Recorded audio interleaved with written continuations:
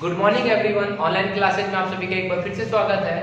पिछले वीडियो में हमने क्लास 10 के बहुपद के कुछ परिभाषाएं पढ़ी थी। अगर आपने वो वीडियो नहीं देखा है तो उसे देखें। अगर आपको अच्छा लगे तो आप उसे लाइक करें और शेयर करें, और अगर आपने मेरे चैनल को सब्सक्राइब नहीं किया है तो उसे सब्सक्राइब करना ना भूलें। चलिए, इस वीडियो में हम क्लास 10 के ही बहुपद से कुछ अन्य परिभाषाएं और अध्ययन करेंगे। तो 9 परिभाषाएं हमने उसमें पढ़ी थी। 10वां परिभाषा हमारे यहाँ है। 10वां, शून्यकों का ज्यामितीय अर्थ। तो शून्य का ज्यामितीय अर्थ क्या होता है? तो जब किसी बहुपद का आलेख एक्स अक्ष को जिस बिंदु पर प्रतिच्छेद करता है उस बिंदु को बहुपद का शून्यक कहते हैं। मतलब कि किसी भी बहुपद का आलेख एक्स अक्ष को, किस अक्ष को? एक्स अक्ष को, केवल एक्स अक्ष याद रखना है, को जिस बिंदु पर प्रतिच्छेद करता है उस बिंदु को उसका क्या कहते हैं? शून्यक कहते हैं। अगर उदाहरण के तौर पर हम एक बहुपद लें y बराबर x प्लस 1, तो इसका हम लोग जब आलेख खींचते हैं तो आलेख हम लोग 9th क्लास में पढ़े हैं। एक बार इसको देख लेते हैं। आलेख जो होता है उसमें दो हमारी मेन रेखा होती है। एक होता है x अक्ष जिसको x और x डैश द्वारा सूचित किया जाता है, और एक होता है y अक्ष जो y और y डैश द्वारा सूचित किया जाता है। ये दोनों एक दूसरे के लंबवत होते हैं। एक होता है ऊर्ध्वाधर और एक होता है क्षैतिज, और इन पर बीच में जिस बिंदु पर ये काटते हैं उस बिंदु को 0 द्वारा निरूपित किया जाता है, और यह होता है मूल बिंदु होता है। इसमें x का मान भी 0 होता है और y का मान भी 0 होता है। ठीक है, तो ये निर्देशांक ज्यामिति में हम लोग 9th में पढ़े थे। तो हम देखते हैं कि ये जो हमारा बहुपद है x y बराबर x प्लस 1, जब हम इसका आलेख खींचते हैं तो आलेख हमने खींचा है, तो ये आलेख जब भी खींचते हैं तो मैंने बोला यहाँ पे कि आलेख x अक्ष को जिस बिंदु पे काटता है, तो x अक्ष ये रहा, इसको जिस बिंदु पे काटता है, तो यहाँ किस बिंदु पे काट रहा है? तो x अक्ष को इस बिंदु पे काट रहा है, तो कौन सा बिंदु है ये? -1 है। मतलब x अक्ष को जिस बिंदु पर प्रतिच्छेद करता है उस बिंदु को बहुपद का क्या कहते हैं? शून्यक कहते हैं। अर्थात इसका शून्यक क्या हो जाएगा? शून्यक बराबर क्या हो जाएगा? कहाँ काटा है? -1 पे काटा है, तो इसका शून्यक हो गया -1। दूसरा एग्जांपल हम देखते हैं y बराबर x प्लस 2। यहां हम देखते हैं कि जब हम इसका आलेख खींचते हैं तो आलेख सेम वैसे ही खींचा गया है। यहाँ पर एक x अक्ष है, एक y अक्ष है। जब आलेख खींचते हैं तो इस आलेख में हमारा जो प्राप्त होता है वह आलेख, जो भी समीकरण का आलेख है वह x अक्ष को बिंदु 2 पर प्रतिच्छेद करता है। कौन से बिंदु में प्रतिच्छेद कर रहा है? 2 पर प्रतिच्छेद कर रहा है, इसीलिए इसका शून्यक क्या हो जाएगा? शून्यक बराबर 2। ठीक है, तो हमने यहां देखा कि इस क्या कहते हैं बहुपद का शून्यक -1 है और इसका बहुपद का शून्यक 2 है। अब बात करते हैं ये कौन सा बहुपद था? तो रैखिक बहुपद था जिसका घात 1 था, तो इसका शून्यक 1 ही है, सिंगल है। और इसमें भी ये भी रैखिक बहुपद है और इसका भी घात कितना था? 1 था, तो इसका भी शून्यक 1 ही आ रहा है। मतलब संख्या में 1 है, उसका मान 2 आ रहा है, परंतु संख्या में वो कितना है? 1 आ रहा है। हम इसके लिए कुछ एग्जाम्पल हम देखेंगे।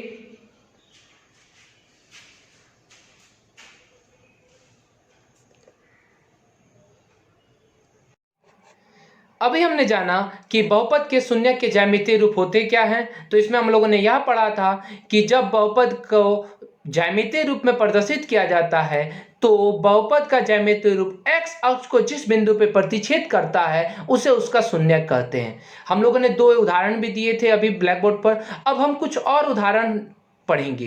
तो इसके लिए हम एनसीईआरटी का सहारा ले रहे हैं। तो आप सभी अपनी अपनी एनसीईआरटी बुक को निकाल लेंगे और एनसीईआरटी बुक को निकाल के बिल्कुल मेरे बताए हुए बात पर बिल्कुल ध्यान दे करके एक बार ध्यान देंगे। चलिए, तो देखते हैं आकृति 2.1। आप लोग अपने पेज नंबर खोल लीजिएगा। आकृति 2.1 है। तो इस आकृति में हम देखते हैं कि हमारे पास एक बहुपद है जिसका मान है y बराबर 2x प्लस 3 है। y बराबर 2x प्लस 3 है। यहां हम ये देखते हैं कि इसमें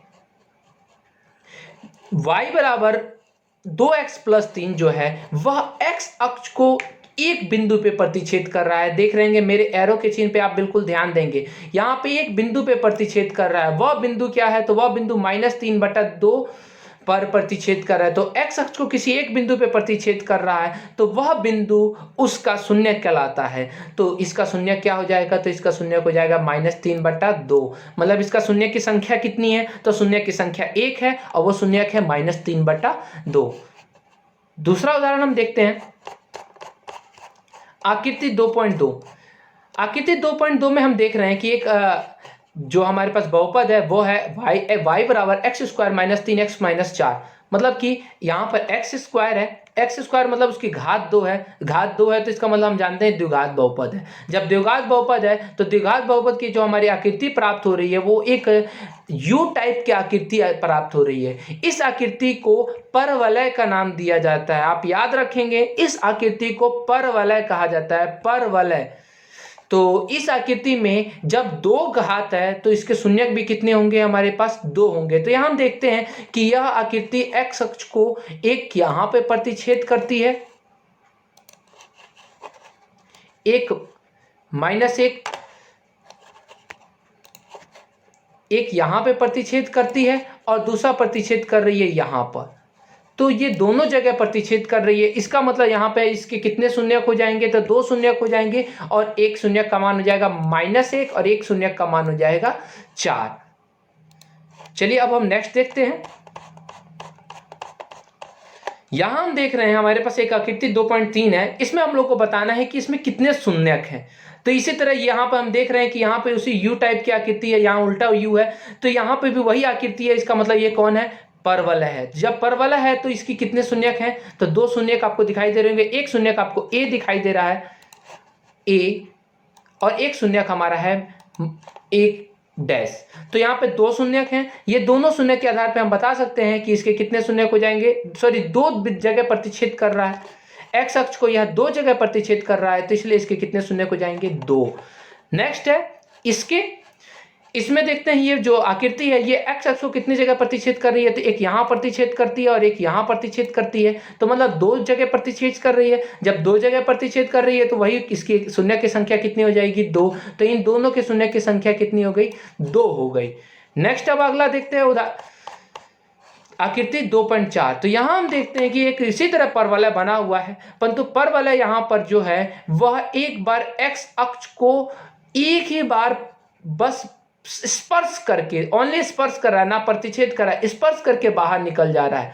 तो ये परवलय है। तो मतलब ये द्विघात समीकरण होगा। द्विघात समीकरण के कितने शून्यक होने चाहिए, 2 शून्यक होने चाहिए। परंतु यहाँ हमारे हिसाब से आकृति को देखने पे पता चल रहा है कि यहाँ शून्यक कितने हैं, 1 है। तो जी यहाँ पे शून्यक कितने होंगे, 1 होंगे, और शून्यक 2 होने चाहिए, तो यहाँ 1 है। इसका मतलब यहाँ 1 ही 2 बार है, मतलब एक ही जैसा दोनों है, मतलब संपाती है, एक दूसरे की ये क्या है, संपाती है।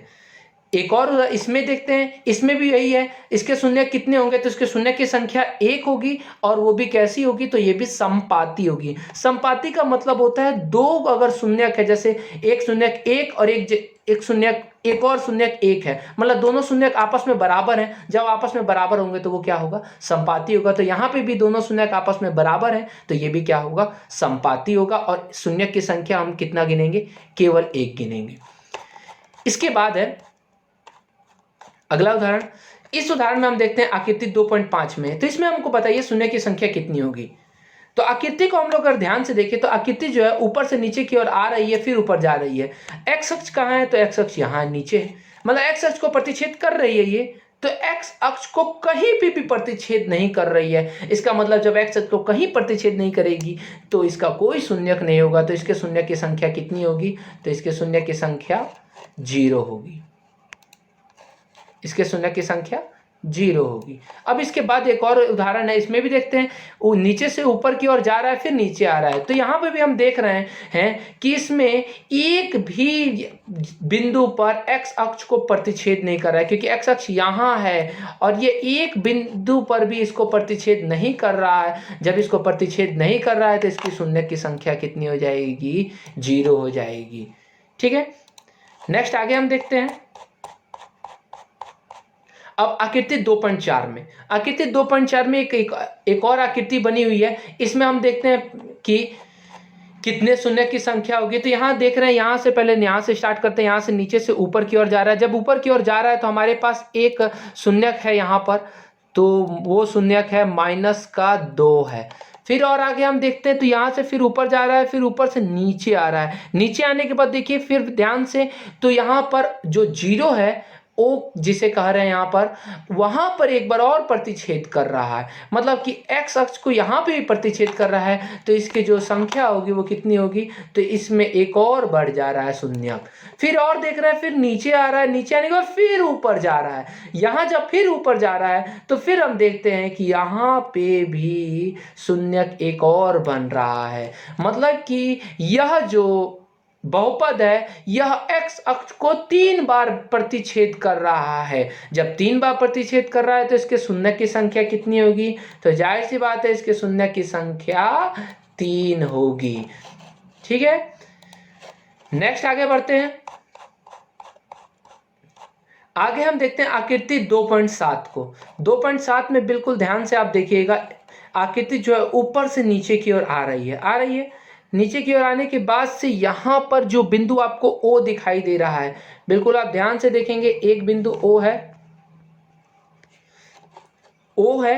O पर यहाँ पर प्रतिच्छेद कर रहा है। फिर O प्रतिच्छेद करने के बाद से बिल्कुल यहाँ नीचे आ जा रहा है, तो O को तो हम मूल बिंदु कहते हैं, यहाँ प्रतिच्छेद करके नीचे आ जा रहा है। इसका मतलब इसके शून्यक की संख्या कितनी होगी, तो अगर बिल्कुल ध्यान दिया जाए तो इसके शून्यक जो है केवल एक ही होगा, जो O से प्रतिच्छेद होके आ रहा है, तो इसके शून्यक की संख्या केवल 1 होगी, क्योंकि और कहीं पे ये प्रतिच्छेद नहीं कर रहा है। आपको लग रहा होगा ये प्रतिच्छेद कर रहा है, तो परंतु अगर इसको हम लोग थोड़ा सा और बिल्कुल साफ देखें तो हमको वहां लगेगा केवल एक बिंदु को प्रतिच्छेद कर रहा है, केवल O से प्रतिच्छेद करके फिर वो वापस आ जा रहा है। तो यहाँ पे इसके शून्यक की संख्या कितनी होगी, तो यहाँ पे इसके शून्य की संख्या केवल 1 होगी।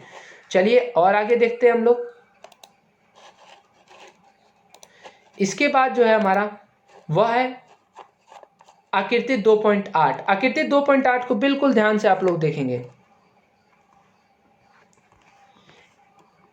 मैं और जूम कर दिया हूं, देखिए बिल्कुल ध्यान से। इस आकृति में हम देख रहे हैं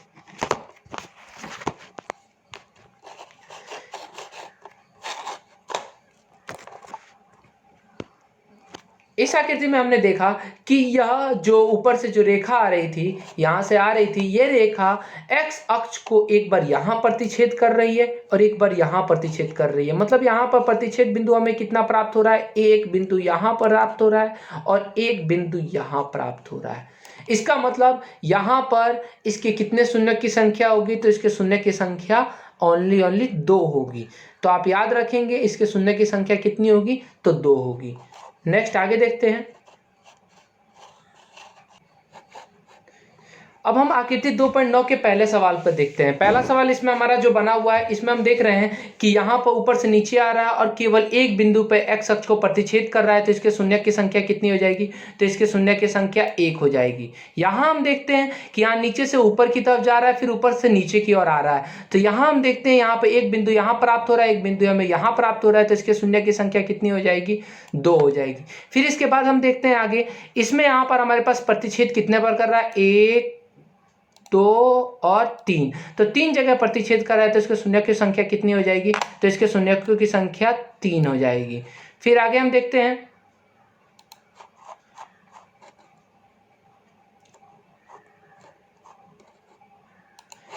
आकृति चौथा नंबर में देखते हैं। इसमें हम देख रहे हैं x अक्ष पे कितने प्रतिच्छेद करके कर रहा है, तो x अक्ष पे देख रहे हैं कि यहाँ पर एक बार प्रतिच्छेद कर रहा है, ओनली एक बार, तो इसके शून्य की संख्या कितनी हो जाएगी, 1 हो जाएगी। इसमें यहाँ देख रहे हैं यहाँ पे शून्य की संख्या कितनी होगी, तो यहाँ ऊपर से नीचे आ रहा है, फिर नीचे से फिर ऊपर जा रहा है। तो मैंने आपको बताया था ये है तो पाराबोला, परंतु अगर यहाँ पे हम देखें तो यहाँ पे केवल एक ही बिंदु पे प्रतिच्छेद करके ऊपर निकल जा रहा है, तो इसका भी एक ही होगा, परंतु यह समपाती होगा। फिर लास्ट वाला जो छठा नंबर है, इसमें कितने आ रहे हैं, तो 1 यहाँ 2 फिर यहाँ 3 और फिर यहाँ 4, तो हमारे पास कितने प्राप्त हो रहे हैं बिंदु, तो यहाँ हमारे पास 4 बिंदु प्राप्त हो रहे हैं, इसीलिए यह हमारा इसके शून्य की संख्या कितनी हो जाएगी, तो इसके शून्य की संख्या 4 हो जाएगी। इस प्रकार हमने जाना कि किसी भी जो बहुपद होता है जब आलेखी निरूपण किया जाता है तो उसके द्वारा हम उसके शून्यकों की संख्या ज्ञात कर सकते हैं।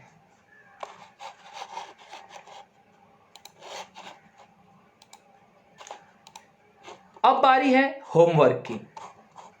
तो आज का जो हमारा होमवर्क है वो आपके प्रश्नावली का ही है। तो प्रश्नावली 2.1 आप लोग सभी अपना निकाल लेंगे। प्रश्नावली 2.1 में आपको दे रखा है किसी बहुपद px के लिए y बराबर px का ग्राफ नीचे आकृति 2.10 में दिया गया है और प्रत्येक स्थिति में px के शून्यक की संख्या ज्ञात करनी है। मतलब हमको इसमें केवल शून्यक बताना है कि किसमें कितना है और किसमें कितना है। तो आप ध्यान से इसको करेंगे और इसमें शून्य की संख्या लिख करके आप मेरे कमेंट बॉक्स में या सॉल्व करके मेरे आप व्हाट्सएप पे शेयर कर सकते हैं। जैसे आपने अभी यहाँ पे बताया था वैसे ही आप, जैसे आकृति 2.9 में आपको बताया गया कि कितने शून्य की संख्या है, सेम उसी तरह आपको केवल यहाँ पे लिखनी है और लिख के शून्य की संख्या आपको बतानी है। हाँ, और आप अपने इस ग्राफ को अपने कॉपी पे जरूर बना लीजिएगा।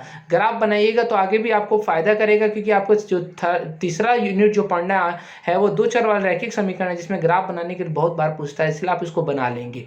ठीक है, आज के लिए इतना ही काफ़ी है। फिर हम लोग मिलेंगे कल नेक्स्ट वीडियो के साथ में।